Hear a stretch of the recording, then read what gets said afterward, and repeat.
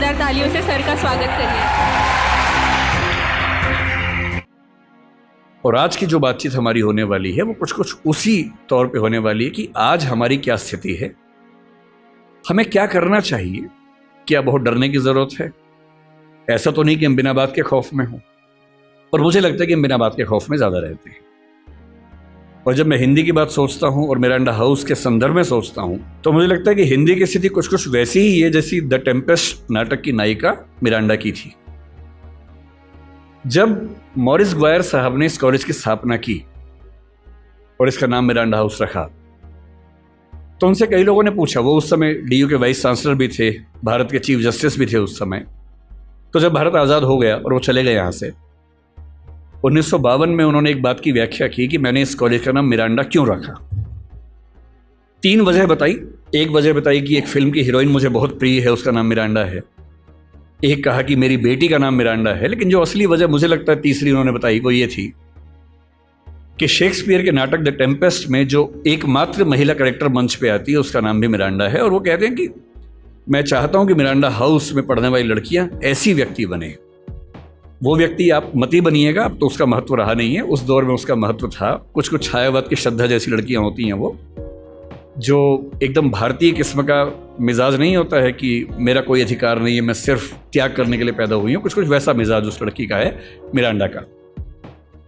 उस नाटक में एक बड़ी खास बात है, मिरांडा बहुत योग्य लड़की है, उसकी समझ बड़ी गहरी है, पर वो अपने पिता और अपने होने वाले पति, प्रोस्पेरो उसका पिता है, फर्डिनेंड उसका होने वाला पति है, वो उन दोनों के इतने कंट्रोल में है कि वो खुद को डिफाइन उन्हीं के नजरिए से करती है।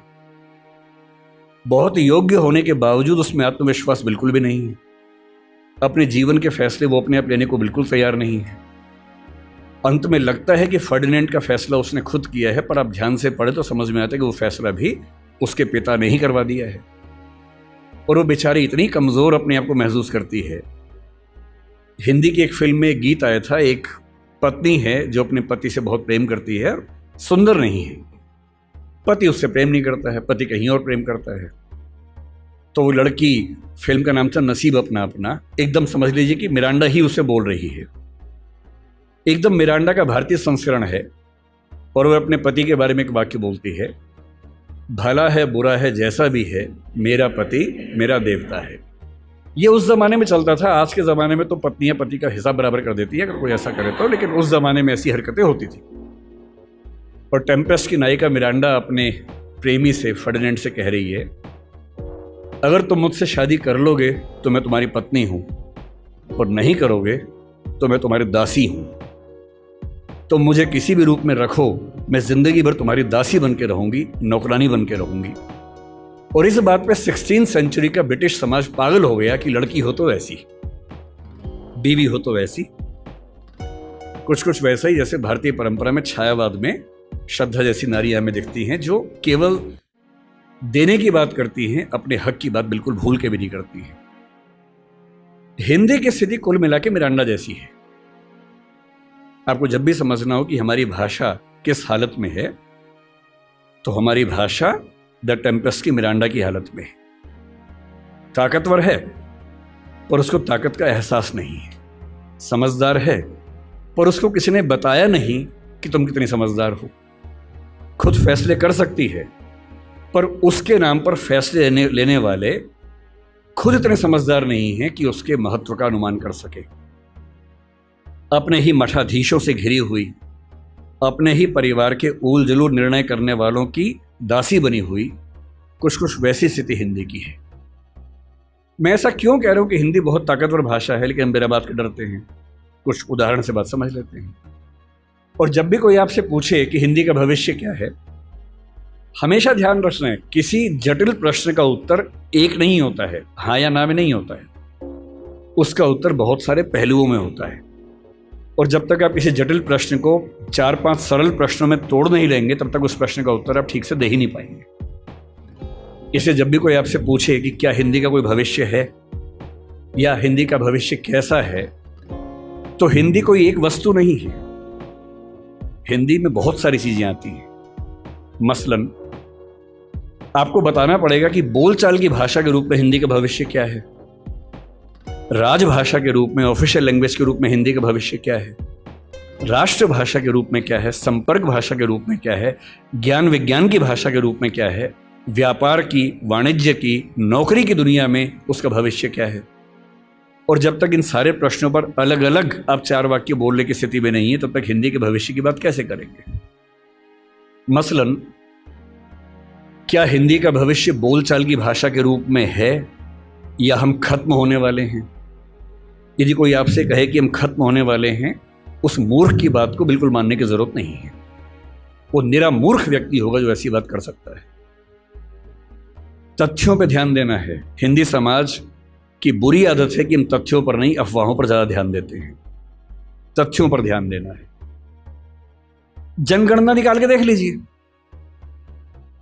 1991 में प्रथम भाषा के रूप में हिंदी बोलने वालों की संख्या भारत में 39% थी।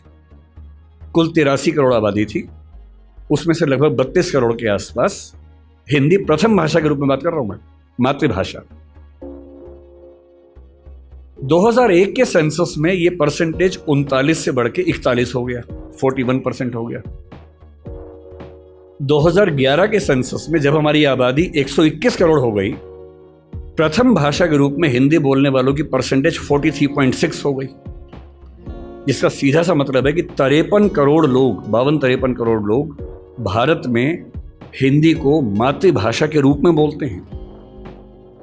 और अंग्रेजी को मातृभाषा के रूप में कितने बोलते हैं भारत में?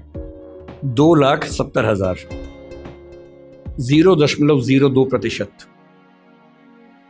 43.6% और 0.02% के बीच में अगर आपको ऐसा लगने लगे कि हमारी भाषा का अस्तित्व खतरे में है, तो मेरा ख्याल है कि हमारा दिमाग खतरे में है। 2021 से सेंसस हो नहीं पाया है, अब होगा। उम्मीद है कि 24 में हो जाएगा। हमारी आबादी आज के समय 143 करोड़ की है, अनुमान जो है। अगले साल तक 145 के आसपास होनी चाहिए। 145 करोड़ में प्रथम भाषा के रूप में हिंदी बोलने वालों की संख्या अनुमान है कि 45 से 46% अगले साल होने वाली है। और जिसका मतलब यह है कि लगभग मान के चले कि 64 से 66 करोड़ के बीच में मातृभाषा बोलने वाले हिंदी समाज के लोग होने वाले हैं। अगर आपको लगता है कि 65 करोड़ लोगों की मातृभाषा खत्म होने वाली है, तो इससे हास्यास्पद क्या हो सकता है? ऐसा कोई सवाल ही पैदा नहीं होता। कल्पना भी नहीं करनी चाहिए इस चीज की। फिर सवाल उठता है कि क्या हम दुनिया में बहुत कमजोर हैं? भारत की जनगणना सर्वेक्षण में 31 भाषाओं की बात होती है। दुनिया के सर्वेक्षण में 7,115 भाषाओं की बात होती है। 7,115 भाषाओं में आपको जान के आश्चर्य होगा कि 150 भाषाएं ऐसी हैं जिनको बोलने वालों की संख्या 10 से कम है। कुल 10 व्यक्ति, 5 व्यक्ति बोलते हैं, 6 बोलते हैं, 4 बोलते हैं, 2 बोलते हैं, 1 बोलता है, 10 बोलते हैं। 150 भाषाएं ऐसी हैं। लगभग 5,500 से 6,000 भाषाएं ऐसी हैं जिनको बोलने वालों की संख्या 1 लाख से कम है। और पूरी दुनिया में 800 करोड़ की आबादी में हिंदी का स्थान जानते हैं कौन सा बोलने वालों में? तीसरा स्थान। 7,115 भाषाओं में जो भाषा तीसरे नंबर पे है, उसके बोलने वाले परेशान हैं कि हम खत्म होने वाले हैं।